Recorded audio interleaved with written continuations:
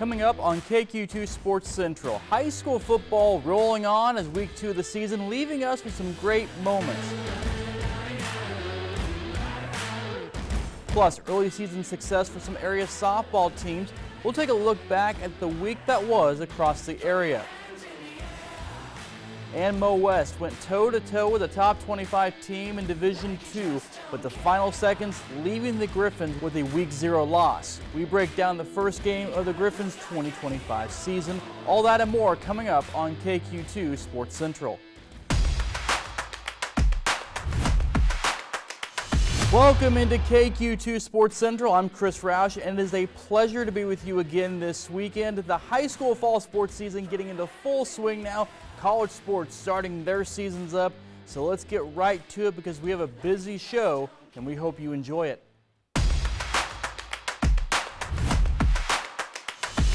Football tonight is off and running, and at the time of the show, Benton and Central has not kicked off, so we won't have any highlights from their game.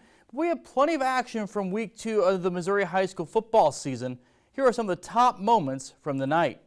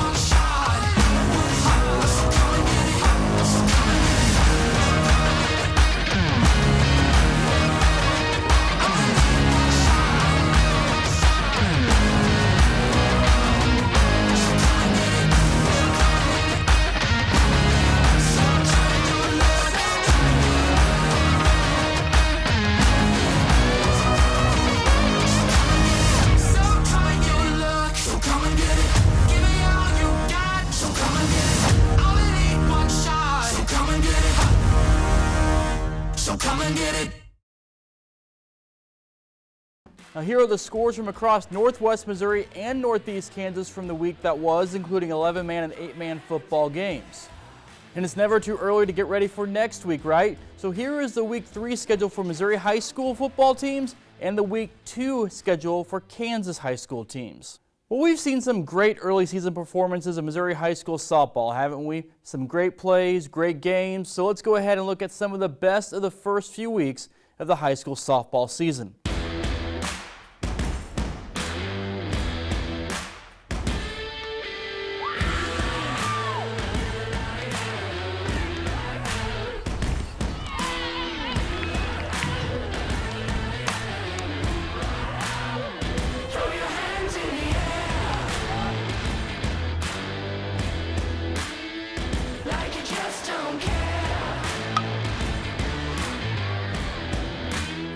You gotta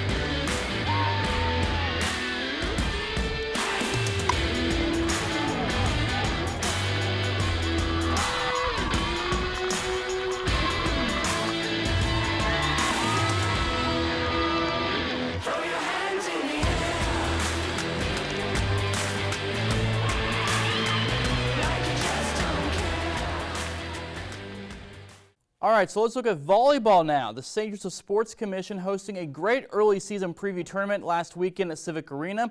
Some great matches there and throughout this past week. Take a look.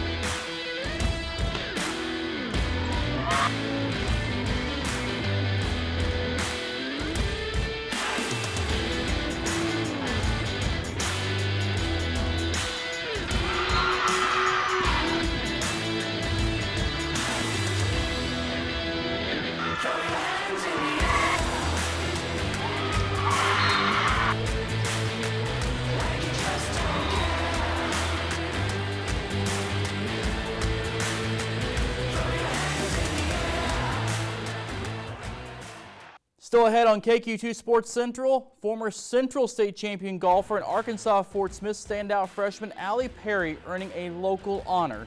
We detail her story later on in the show. And coming up next, the Griffins had a chance to knock off a top 25 team in week 0, but some final second heroics dashed their chances. You're watching KQ2 Sports Central.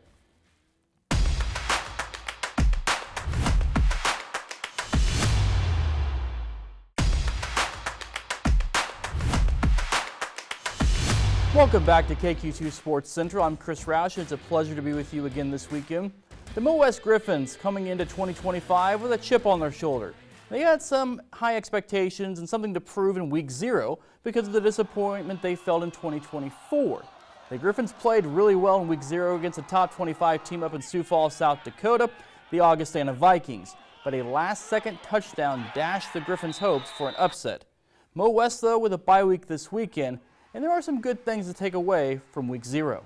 I think our kids understand, staying together. They understand that there's going to be ebbs and flows in the football game. We talk about how there's going to be, just the ups and downs, and when the downs happen, we got to make sure that we don't dwell on it. We got to bounce back, and we got to go make a play and even it out. So, and I thought we did that. And I thought, we had the lead. They came down, they took the lead.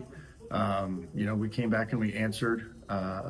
And then it comes down to two good football players in a one-on-one 50-50 situation. No game for the Griffins this weekend, but then back-to-back games at Spratt Stadium. Mo West will host Missouri S&T on the 13th, Tyler Fenwick's old squad. And then on the 20th, the Griffins welcoming in Central Missouri for their first MIAA game of the season. As for the Bearcats up in Maryville, Northwest taking on Washburn this weekend. This game not final at the time of our recording either, but Northwest hosting Texas A&M Kingsville in the Bearcats season opener next Saturday at 1:30. And then they welcome in Missouri Southern, the Lions, on the 20th of September to Bearcat Stadium. How about those Benedictine Ravens and Joel Osborne squad taking care of then number 3 Morningside last Saturday in week 0? The Ravens' tough early season continues this weekend as Benedictine is up in Des Moines taking on number 1 Grandview. But let's take a look at some of those great moments from Benedictine's week 0 win against Morningside. We start today in Atchison and Benedictine College. The Ravens coming off a semifinals loss in 2024, opening the season against the number 3 Morningside Mustangs. Benedictine looking for the upset in the top 5 matchup. Beautiful day from Larry Wilcox Stadium in Atchison, Kansas as the Ravens kick off the 2025 season. Good start for the Ravens. Opening drive capped off with a 24-yard touchdown run from Xavier Gorgie. Ravens go up 7-0. Then 20 seconds later, Zach Chevalier finds Drew Sellen from 35 yards out to tie the game at 7. Mustangs driving again, but Dylan Witherspoon jumps the pass, taking it back 20 yards. Jackson Dooley rolling right, looking for a wide open Cameron Dover. Dover scores on the 58-yard rainbow to tie the game at 14. Third quarter, Chevalier Sellen on the slant. Sellen stretches across to put the Mustangs up 3. Dooley, floating in the pocket, zips it to Joseph Lagafuena in the end zone. 31-27 Ravens. 6:39 to go. Chevalier cutting through the Benedictine defense, putting the Mustangs up 3. Dooley to the left, squeezes in the end zone with 12 seconds to go as Benedictine takes down Morningside 38-34 in the season opener. Compete with anybody. We believe we don't have to be perfect. We had a lot of guys step up. I think about how many guys have been in the program for 3-4 years and they haven't played yet, and they played today a significant role, or their role hasn't been significant and they really stepped up. LeBron Jackson on that 2-minute drive was absolutely outstanding. And he's been behind Jay-Sean Todd for 3 years. And now his time to shine, and he really stepped up. So I'm really happy for our team and our program. I thought the crowd was just fantastic on both sides, really, and you couldn't ask for a better environment at an NAI football game than what we had here today. So the Ravens taking on #1 Grandview this weekend up in Des Moines. Next weekend, the Ravens hosting Graceland for an afternoon kickoff at O'Malley Field at Larry Wilcox Stadium. Still ahead here on KQ2 Sports Central, the St. Joseph Sports Commission inducting one of, if not the greatest high school tennis player in the city's history into the Area Sports Hall of Fame. And it's not often that an area this size can say they have an NFL, Major League Baseball, and WNBA player all playing at the same time, but Northwest Missouri can sure say that. Stay tuned, you're watching KQ2 Sports Central.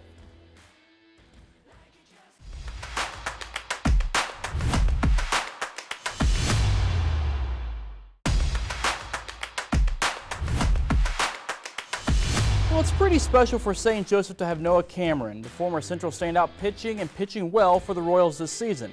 But for the greater Northwest Missouri area, there are a few other pros right now too. Both of them from Maryville, and oh yeah, by the way, they are brother and sister. St. Joseph, Central High School, Maryville High School, and the surrounding Northwest Missouri area should be very proud to have 3 professional athletes right now playing at the highest level of their careers. For St. Joseph, it's Royals rookie left-handed pitcher Noah Cameron, one of the standout performers this year for the Royals as they chase a wild card spot in the American League. And in Maryville, it's special and also really rare because you have a brother and sister duo both playing professional sports. Serena Sundell, former Kansas State Wildcat basketball great, was drafted by Seattle in the WNBA and now getting a chance in Dallas with their team in the WNBA too. And then there's her brother Jalen Sundell, a North Dakota State great offensive lineman, getting a chance with Seattle and now being named the Week 1 starter for the Seahawks going into the 2025 season. 3 different sports, 3 professionals. Northwest Missouri should be proud to have these 3 representing them on the professional level because it's not every day an area of this size gets to say they have an NFL, MLB, and WNBA player all at the same time. Coming up next on KQ2 Sports Central, the St. Joseph Area Sports Hall of Fame Class of 25 spotlight continues, including one of the best tennis players in the city's history and the only Central High School Girls State Golf champion. Stay tuned.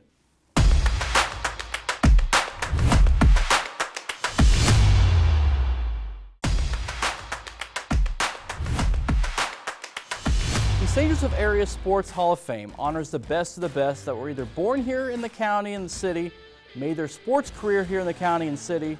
They just have to have some kind of direct connection. And one of the very best high school tennis players in the region in the early 90s came from right here in town. Central alum Adam Selkirk, a 3-time state champion and now Hall of Famer.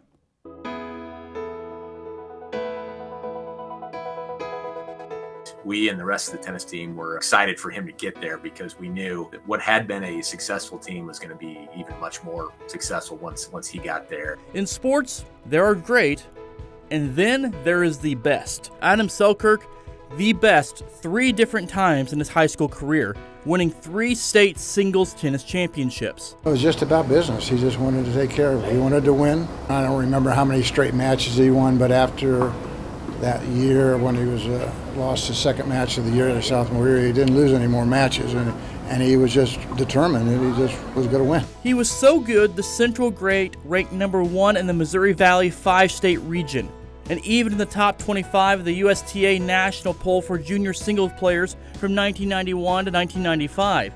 He was just that good. When I was 12, I won the city tournament, and everyone's patting me on the back, great job, great job. Well, at 12 years old, Adam had just won the 18 and under city championships. The kid over here, same age, just won the 18 and under. He was just that good of a player, so much better than anyone around. I think he's obviously the best player to ever come out of St. Joe.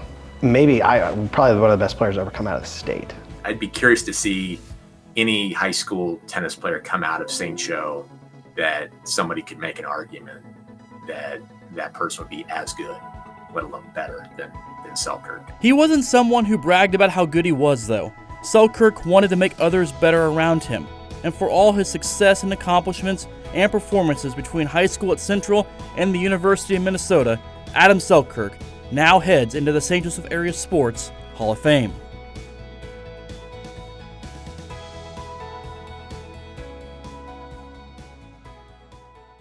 Well, every year at the St. Joseph Area Sports Hall of Fame, the St. Joseph Sports Commission honoring a Bill Snyder Woman of Impact because Coach Snyder, who grew up in St. Joseph, says his mom was a key figure in his life. So the Sports Commission honoring coaches, athletes, administrators, and this year's honoree is a former state champion golfer.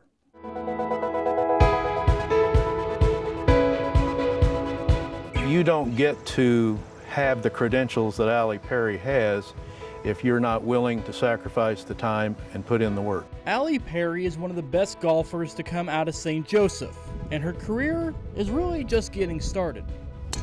Perry winning the Missouri State High School Class 5 Individual State Championship her senior season at Central in the fall of 2023. Allie Perry! She talks through every shot, and she just visualizes what she's going to do. She verbalizes what she's going to do. The state championship propelling a great high school career into a standout freshman season at the University of Arkansas Fort Smith this past year. This is not something that just came because I'm gifted. It came because she was willing to work at it. She led the Lions with a 73.71 scoring average and earned MIAA Freshman of the Year honors, also winning the NCAA Division II Central Region individual title and helping Arkansas Fort Smith qualify for the NCAA National Championship.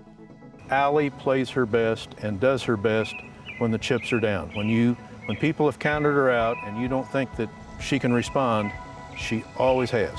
Her accolades and honors keep on coming with every year she plays. And even in the classroom, Perry being named an All-American Scholar. And here in her hometown, Perry being named the 2025 Bill Snyder Woman of Impact Award recipient.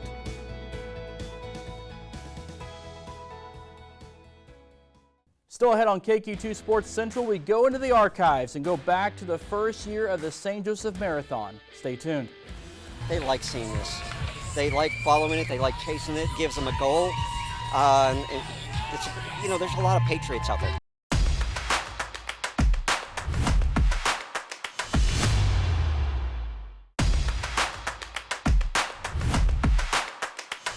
Welcome back. The St. Joseph Marathon is just a few weeks away at the end of the month here, and it brings in runners from all over the country because, yes, it is a Boston Marathon qualifier. It also brings in runners that are running for special causes, too. Check out this story from the first year of the marathon in 2023.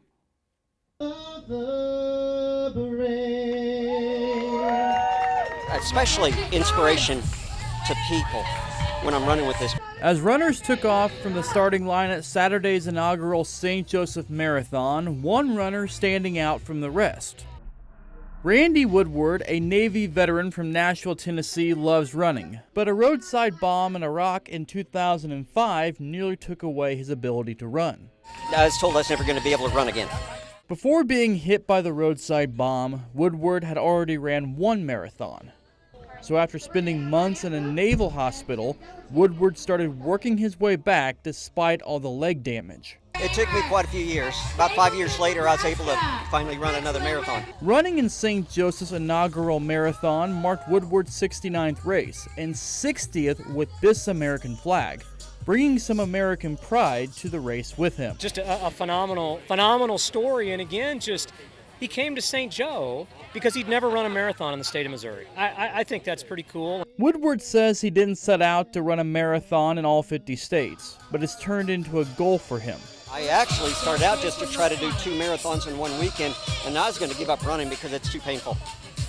And it still is, but I'm learning how to work with it. He needs 10 more states to complete his task, and in doing so, this Purple Heart recipient inspires so many across the country. They like seeing this. They like following it. They like chasing it. It gives them a goal. There's a lot of patriots out there. The marathon is Saturday, September 27th, and does feature a 5K, 10K, and half marathon. So for more information on the marathon, you can go to stjomosports.com. And that will do it for this weekend's edition of KQ2 Sports Central. Thank you so much for joining us. And remember, if you have a story or sports moment that needs to be told and shared, just let us know. And we'll be back next weekend here on Sports Central. And of course, across KQ2 social media, our website, KQ2.com, and our newscast, you can find even more local sports coverage. I'm Chris Roush, and this is KQ2 Sports Central.